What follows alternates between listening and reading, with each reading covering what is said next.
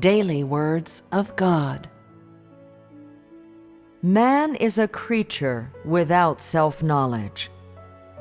Yet, unable to know himself, he nevertheless knows everyone else like the palm of his hand, as though all others have first passed his inspection and received his approval before they say or do anything, and hence, as though he has taken the full measure of all others down to their psychological state. Human beings are all like this. Man has entered into the age of kingdom today, but his nature remains unchanged.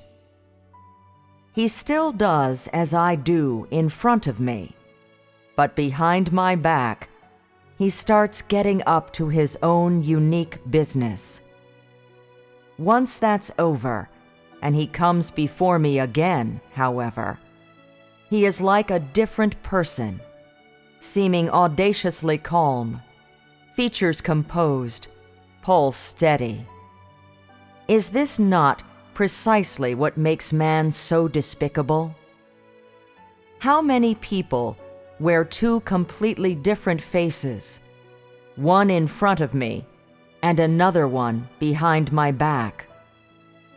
How many of them are like newborn lambs before me, but behind me turn into ravening tigers, and then become like little birds flitting merrily about in the hills?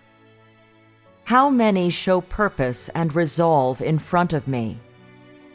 How many come before me, seeking my words with thirst and longing, but, behind my back, grow sick of them and renounce them, as though my words were an encumbrance. So many times, seeing the human race corrupted by my enemy, I have given up placing my hopes in mankind. So many times, seeing man come before me in tears to sue for pardon, but on account of his lack of self-respect, his stubborn incorrigibility, I have closed my eyes to his action in anger, even when his heart is genuine and his intentions sincere. So many times I see man capable of having faith to cooperate with me, and how, before me, he seems to be lying in my embrace, tasting the warmth of my embrace. So many times, seeing the innocence, liveliness, and loveliness of my chosen people, in my heart I have always taken pleasure on account of these things. Human beings know not how to enjoy their predestined blessing in my hands, because they do not know what is ultimately meant by either blessing or suffering. For this reason, mankind is far from sincere in their quest for me. If there were no such thing as tomorrow, which of you, standing before me, would be as white as the driven snow, as unspotted as pure jade? Surely your love for me is not something that can be exchanged for a delicious meal, or a classy suit of clothes, or high office with handsome emoluments. Or can it be exchanged for the love that others bear you? Surely, undergoing trial will not drive man to abandon his love for me. Surely, suffering and tribulation will not cause him to complain against what I have arranged.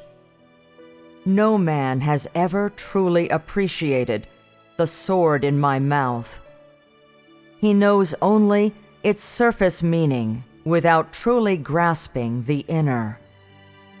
If human beings were genuinely able to see the sharpness of my sword, they would go scurrying like rats into their holes.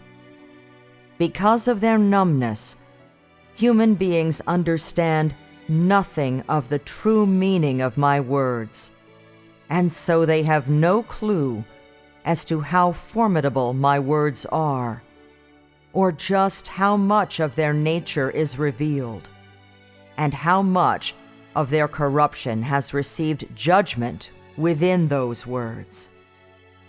For this reason, based on their half-baked ideas about my words, most people have taken up a lukewarm and non-committal attitude.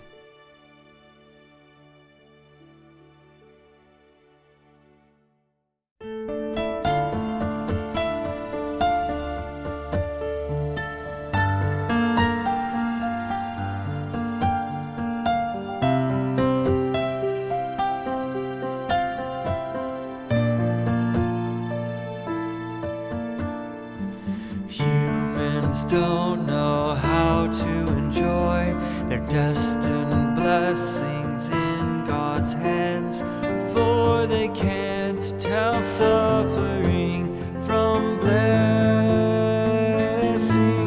so they're not true in their quest for God. If tomorrow doesn't happen, which of you standing before God would be white as the driven snow, like pure jade with no single spot? Surely your love for God can't be exchanged by a delicious meal, or be exchanged by classy clothes or a high office with handsome pay. Can it be swapped for others' love or abandoned because of trials? Surely tribulation won't cause complaints against the plans of God.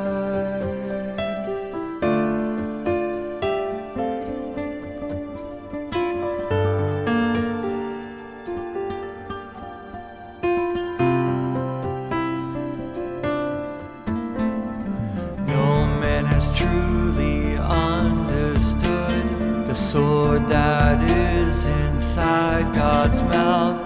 He knows only surface meaning, the inner meaning he can't figure out. If human beings truly saw the true sharpness of God's sword, they would go scurrying like rats, going right back into their holes. Too numb to know the truth of God's words, they have no clue the strength of them, how much their corruption is judged, or how much their nature's revealed, based on half-baked ideas on God's words. Most have an attitude that is lukewarm.